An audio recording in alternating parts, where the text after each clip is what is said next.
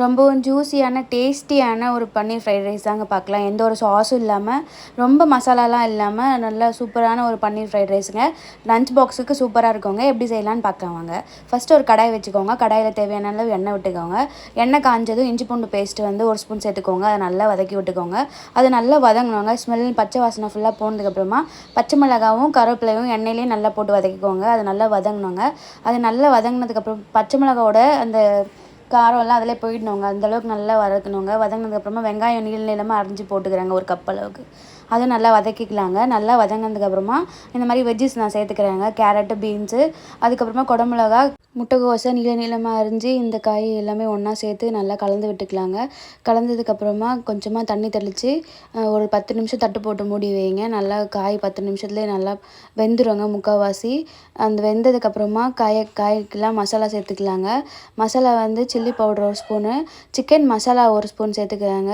அதுக்கப்புறமா pepper powder 1 spoon சேர்த்துக்கிறாங்க. இதாங்க காரம். வேறு எந்த ஸ்பைசஸோ வேறு எந்த சாஸும் நான் ஆட் பண்ணலங்க இதில். இது நல்லா வதக்கலாங்க. எண்ணெய் பெரிய வதங்கணுங்க. அதாங்க இதில் இருக்க டேஸ்ட்டு. சால்ட் தேவையான அளவு சேர்த்துட்டு நல்லா மிக்ஸ் பண்ணிக்கலாங்க. இப்போ பன்னீரை வந்து நல்லா க்யூபாக கட் பண்ணி எண்ணெயில் போட்டு ஃப்ரை பண்ணி எடுத்துகிட்டு அதை தண்ணியில் போட்டு கழுவி எடுத்துட்டோம்னா நல்லா ஸ்பாஞ்சி மாதிரி இருக்குங்க. அந்த பன்னீர் தாங்க சேர்க்க போகிறோம் ஃப்ரைட் ரைஸில். இது வந்து ஹோட்டல் ஸ்டைல் ட்ரிக்குங்க. இது ரொம்ப சாஃப்டாக இருக்குங்க பன்னீர். இந்த மாதிரி ஒரு வாட்டி செஞ்சு சாப்பிட்டு பாருங்கள். இப்போ வந்து பன்னீர் இதை கூட சேர்த்து நல்லா மிக்ஸ் பண்ணிக்கலாங்க. நல்லா டாஸ் பண்ணணுங்க. அதில் தாங்க நல்லாயிருக்கும் டேஸ்ட் வந்து. அப்போ தான் கடையில் போடுற ஃப்ரைட் ரைஸ் மாதிரியே இருக்குங்க. கொஞ்சம் கூட டிஃப்ரென்ஸ் இருக்காது. பசங்களும் கொஞ்சம் கூட மிச்சம் வைக்காமல் சாப்பிட்டு வந்துடுவாங்க. டிஃபன் பாக்ஸுக்கு, லஞ்ச் பாக்ஸுக்கு எல்லாத்துக்குமே ஆப்டாக இருக்குங்க. ஹஸ்பண்ட் கூட கொடுத்து அனுப்பலாங்க வேலைக்கு. இப்போ வெடிச்ச சாதம் தாங்க. வீட்டிலேயே வெடிச்ச சாப்பாடுங்க இது. நான் எந்த ஒரு பாஸ்மதி ரைஸ் எதுவுமே யூஸ் பண்ணலாங்க. வீட்டில் வச்ச சாப்பாடு தாங்க செஞ்சு காமிக்கிறேன். இது வந்து நல்லா மிக்ஸ் பண்ணிக்கலாங்க. மிக்ஸ் பண்ணது தாங்க இருக்குது டேஸ்ட்டு. மிக்ஸ் பண்ணி நல்லா ஒரு டாஸ் கொடுங்க.